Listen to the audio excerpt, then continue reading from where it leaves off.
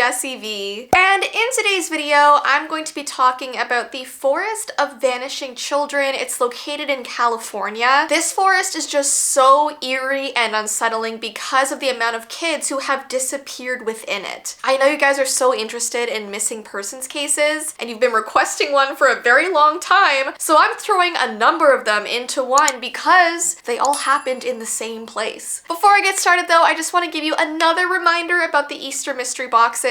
They're selling out so quickly, so thank you so much. I'm gonna put a link down below in the description. Don't forget there's 3 golden tickets hidden somewhere amongst them. One prize is to be in a virtual collab with me on this channel. Another one is for a personalized video from me. And another one is for a signed art print and personalized letter from me. So when you get your mystery box, you might find a golden ticket inside. So link down below for you. Alright guys, so let's get right into today's video. There are places in this world which seem to harbor ominous secrets, dark histories, unsolved mysteries, and vanishings. One such location is a stretch of rough wilderness and rugged mountains just outside of the city of Los Angeles, California, in the United States, where bizarre and chilling vanishings of young children have remained unsolved to this day and continue to stir discussion and debate. Sprawled out within Los Angeles County are the San Gabriel Mountains and Sierra Pelona Mountains, and within them there's a vast expanse of wilderness. It is a popular recreation destination for people from all over the region, but there's also a large portion of it that is untouched and unexplored by humans. So let's get into the very first missing persons case. This one is about Brenda Howell and Donald Baker. 11-year-old Brenda Howell had recently made a new friend. He was 13-year-old Donald Baker, and on August 5th of 1956, the two children set off on their bikes to play in the forest. They wanted to go out and play before their church service started at 8:30 that morning, but after they went out, they were never ever seen again. Despite the efforts of the police departments and hundreds of volunteers combing the area, the only sign of them was Brenda's bicycle and Donald's jacket hidden in some brush. And there was no sign of them until over 2 months later. This would have been in late October. Donald's bike appeared on the bike rack at Glendora Elementary School, and one of the students there admitted to finding it in the forest the day of the children's disappearance. So what's weird is that instead of this student going and reporting it to police, they just took the bicycle for themselves. So they basically tampered with a crime scene, which is awful. But yeah, what's so sad is that these 2 kids were never found. Only their bicycles were found. And they were not the last to vanish. This next case is for Tommy Bowman. The following spring of 1957, the Bowman family went for a hike along one of the trails near Devil's Gate Reservoir. They had brought along their 5 children, and they all ranged in age from 4 to 8 years old. The eldest, Tommy, ran a bit ahead at one point, wanting to be the first to reach a clearing ahead. He rounded a corner in the forest, going out of their eyesight, and moments later, when they too rounded the corner, Tommy was not there, and they were just seconds behind him. Now, they were not immediately concerned because they had just saw him, and they thought that if they just kept walking ahead, they would eventually see Tommy in the clearing. But when they got to the clearing and Tommy was not among them, the search began, and within 2 hours, the area was swarming with law enforcement personnel who were rapidly joined by over 400 volunteers. Helicopters were dispatched along with a mounted patrol and search and rescue canine unit. They searched for over a week and never found him. Then we have the case of Bruce Kremen. 3 years later, on the morning of July 13th of 1960, Mr. and Mrs. Joseph Kremen dropped off their 6-year-old son Bruce at the YMCA summer camp. The group of children was escorted to the forest for a hike by the camp leader. While they were on the hike, the camp leader saw that Bruce was getting very tired very rapidly. He kept trailing very far behind the group, and since they had not gone very far and were still in eyesight of the camp, the leader instructed Bruce to walk back to the camp to rest. So Bruce was sent on ahead while the leader remained on the trail, watching until Bruce was almost there. And then the leader turned around and went back up the trail to continue on with the other children. And if Bruce made it back safely to camp, no one will ever know. Once again, the forest was swarming with search parties looking for a missing child, and again, there were no clues and no remains. He too has never been found. So were all of these kids kidnapped, or did they just get lost and succumb to the elements and the many natural perils of the area? Or was it something else entirely? Could it have been paranormal? Could it have been aliens? When it comes to kids disappearing, I don't like to go to the supernatural questions because I kind of feel that's disrespectful to their family to talk about something that's not always logical. Whatever the case may be, it is very peculiar that they went missing so completely in a short amount of time. In some of these cases, such as those of Bowman and Kremer, the victims were out of sight for mere minutes, yet were unable to be located despite immediate intensive search efforts. Perhaps in time we will have the answers to what became of these lost children, but until then they will continue to haunt the Angeles National Forest. And that's why this forest became known as the Forest of Disappearing Children or the Forest of Vanishing Children. So there's a warning that says that if you take your little ones into the woods there, hold onto their hands tightly. After hearing about so many kids who have disappeared in forests in general, I've made so many videos about that. I feel like if you ever take your kid into the woods on a hike, never let them out of your sight. I mean, tie a rope to each other if you need to. It's just so scary. Anyways though guys, if you want me to do more videos about missing persons cases, give this video a thumbs up and let me know. Maybe comment a case down below that you want me to cover. And before I go, just another reminder, if you would like an Easter mystery box, I have linked it down below. But I hope you have an awesome rest of your day and I will see you in my next video.